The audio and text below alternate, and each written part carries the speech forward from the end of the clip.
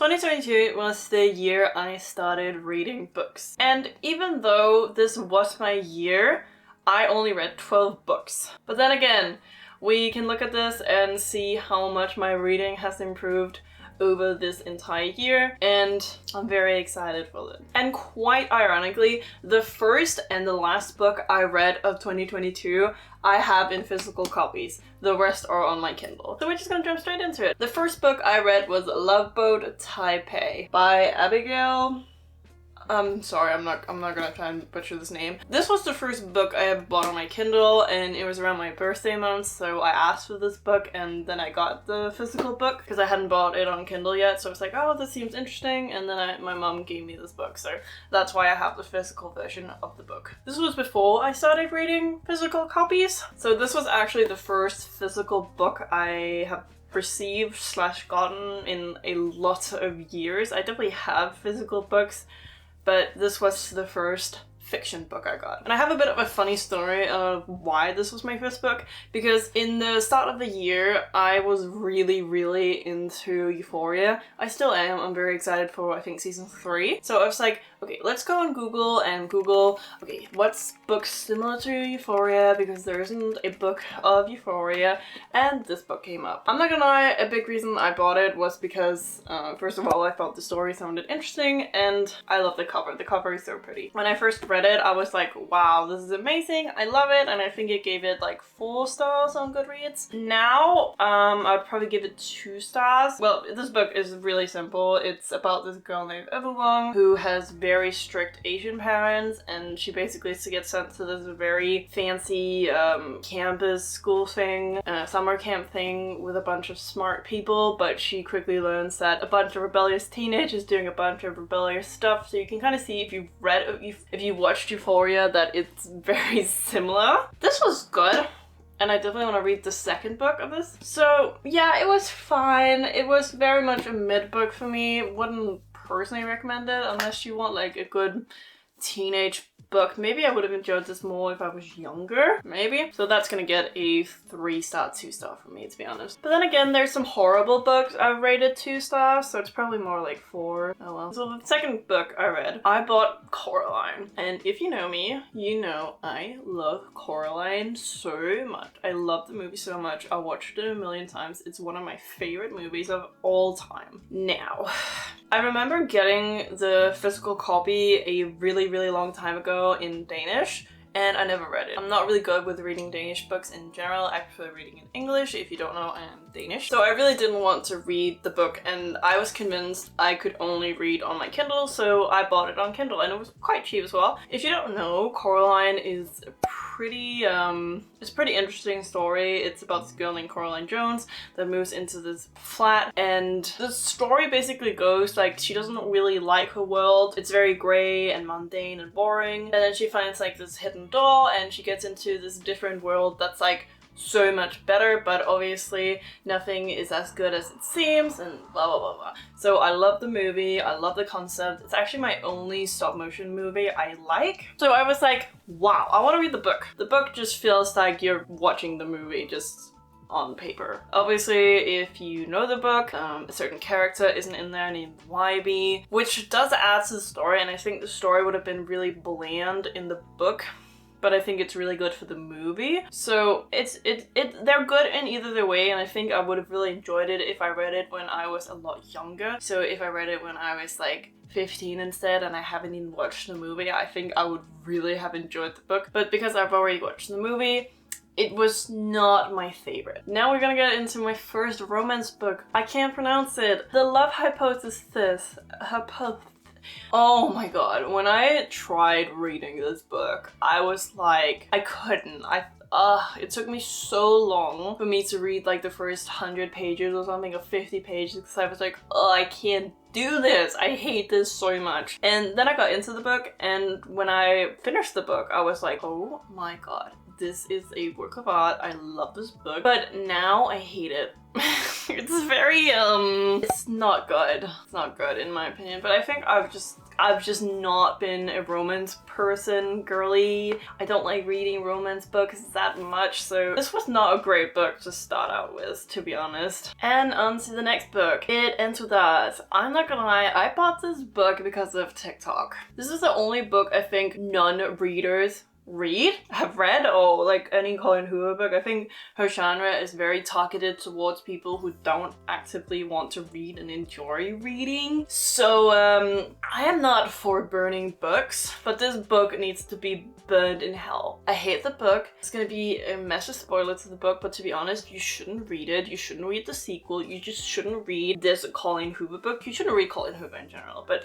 I hate this book so much, and I hate when people say, oh my god, my heart shattered. And I do think what happens in the book is very realistic, and it is true that this stuff can happen. I think what I was really bothered by the most was people being like, oh my god, I loved Ryle in the start, he was so sweet, he was so amazing, but he was not amazing. He was a terrible person from the start. He's the biggest fucking red flag, because he literally goes to her apartment and begs for sex. Why? No, I hate this book so much. It was not worth reading, but we still have 2 more Colleen Hoover books I read this year, so don't read it ends with us. Burn the book. Don't read Colleen Hoover in general, unless you don't like yourself and you don't care about books that are actually good, then sure.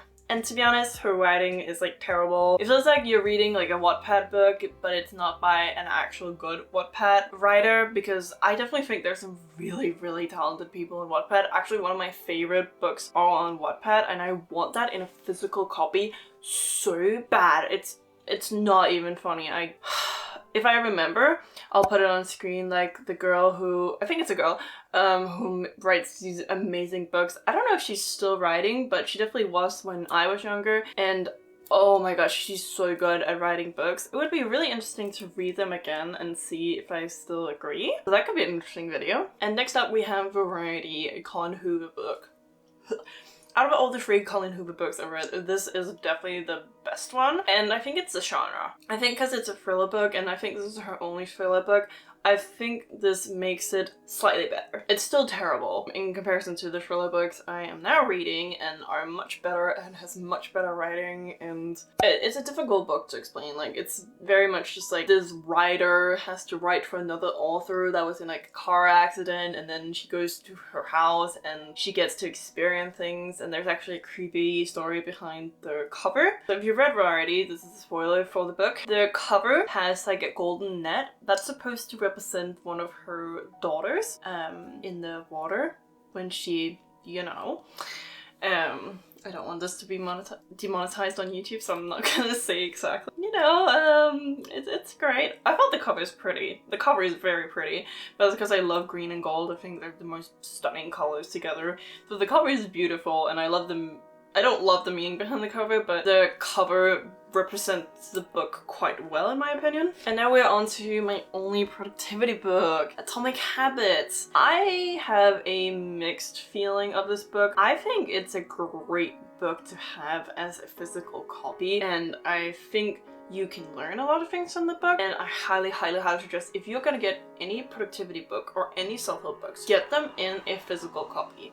And the reason why I say this is because I bought Atomic Habits on my Kindle, which was the worst mistake I've ever made, because you need to be able to highlight things in the physical book. You need to be able to pick up the book and just like scroll like this. It's so much easier, at least for me, to have the information better, because I don't like having those digital notes. Like, I'm just gonna lose those digital notes, and it's just too much. So I definitely recommend any self-help book you get as a physical copy, and they also look better, to be honest, that way. So again, I have very mixed reviews of Atomic Habits, because on one side I think you can learn a lot of things from the book, and I think there's a lot of benefits from the book, but just take what you feel like you can learn from the book. If you only learn 1% of the book, that's great, and that's it. I think I would rate this book like 4 stars, 3 stars, but again, it really depends on the person, because if you're very much a productivity person, you're probably gonna give this 6 stars, but if you're not interested in the topic, you'd probably give it 2 stars or 1 star or like no stars at all. So it just really varies from person to person if they are gonna like Atomic Habits. I definitely think out of all the productivity books, I think that is definitely one of the better ones I've read, and I am planning on getting a physical copy of the book. Okay, now we're gonna be starting on the better books. I started reading the Shadow Me series. I've only read the first 2 books and I'm so excited to read the rest. The only reason I started on the Shadow Me series was because I went on TikTok and was like, Shadow Me books explained, and I was like, oh my god, I love this, I have to read this. So the Shadow Me series is pretty much following this girl named Juliet who has a sickness where if she touches people, they die. That's not great. I think the first book was a bit boring, but then again, it's a series and it felt like an introduction to the book. If you've seen any of the Hunger Games movies, I kind of feel like all of them, I kind of feel like the first movie is kind of the same like that, because the second movie and then forward is a lot better. Like the first movie is great, but it feels more like an introduction to the Hunger Games world. Kind of the same as the Shadow Me books, because yeah, it's just like an introduction book. I think it's great and I definitely think you should keep reading it. So I'd give it like 3 stars, 4 stars, especially if you're someone who really likes the dystopian genre. I think this is beautiful. Now, the only good romance book I read this year, Every Summer After by Carly Fortune. I even made a longer book review of this video on my channel. This book is so cute. I love it so much. It's such a cute book and it's very simple. It follows a very simple plot. Like, it's about 2 young people, I forgot their names right now, but we follow a very simple plot where each chapter goes back and forth between like 16 summers ago and present time, so it really helps the story not get boring, because I think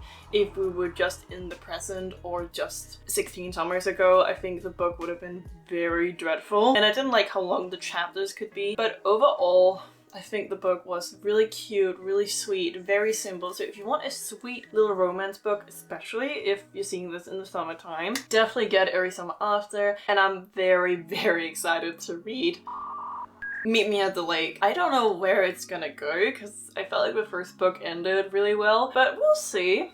You never know. Okay, so your girl was an idiot. She did not realize that Meet Me by the Lake is its own book, so please ignore me. It's not a sequel to Every Summer After. No, it's 2 separate books. We are on to another dystopian book. I started the Legend series. I only read the first book, but again with the Shadow Me series, I really want to read the second and the third book. How do I even explain this book? This book is just amazing. Amazing. 5 stars, 4 stars, 5 stars. This book is just amazing. 5 stars, I think. Great story. I don't even know how to explain this book. Like, I'll just have a Goodreads explanation of the book because I don't know how to feel about this book, but it was just perfect. I loved the book, and I think I just love dystopian in general. I love that whole environment of like, I don't know even how to explain it. It's just like, there was a war, and then some people put a system in, and then other people don't like that system because, you know, it does some bad things, and then there's another war, and it's like, it's great. I think that storyline is great, and I think dystopian is really interesting because it's like realistic, but not fully realistic in a way. Like, kind of ish realistic. And of course I also read the second Shadow Me book, which was a lot better than the first, and you can definitely feel, as I said, the first Shadow Me definitely felt like an introduction, and then the second book is a lot better. I forgot what it's called. I think it's called Ignite Me, and I'll definitely give this a 4 star as well. Okay, we're on to my last Colleen Hoover book. Thank the fucking god. I read It Starts With Us. I only read this book because I wanted something good to happen between Lily and Atlas. Okay. The only thing I like about this book is the cover. I like the cover for both. I think she makes good covers that represents what happens in the book. I will definitely give her credit for that, because, you know, the first book is Lily's broken because she's get abused. And then like the other one is like Water, because if you read the book, there's like a Finding Nemo meme in there with Atlas and Lily, and also Atlas. This book felt like I was reading a Wattpad book. I think I said that with the second Colleen Hoover book. So it feels like you were reading like a Wattpad, like a fan fiction version of the book. Like if she never came out with this book, someone just made this up. It was cute, it was fine. 2 stars probably because, you know, I only read this because I wanted a good happy ending, and there was a good happy ending, but never more. No more Colin Hoover books for me. And now on to the last book. I technically didn't finish this until like the first days of 2023, but I still wanted to include it. So I made a TikTok of me talking about The Silent Patient, and for my first thriller book, this was terrible. I hated it. When I was reading this, it was so paced. If you read the book, it only gets interesting at the last 20 pages and you finally understand the plot. And there's like a huge plot twist at it, and I'm like, what? And when I first finished this book, I was like, what the hell? 5 stars immediately. I love this so much. But now, looking back at it and actually thinking about the ending and just thinking about thriller books in general, this is absolute garbage. Like, it's not garbage. It's interesting. It's not the worst thing I've read, because then again, if I rated like 2 stars, I would be rating it as a Colin Hoover book, and I don't think it's that bad. Probably like a 3 star. It's very mid in a way. Who actually found out for this book that she likes thriller books. This was not a great book to get started with.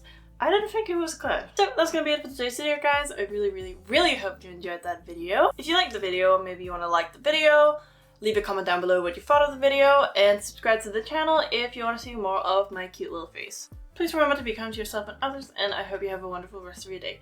Bye!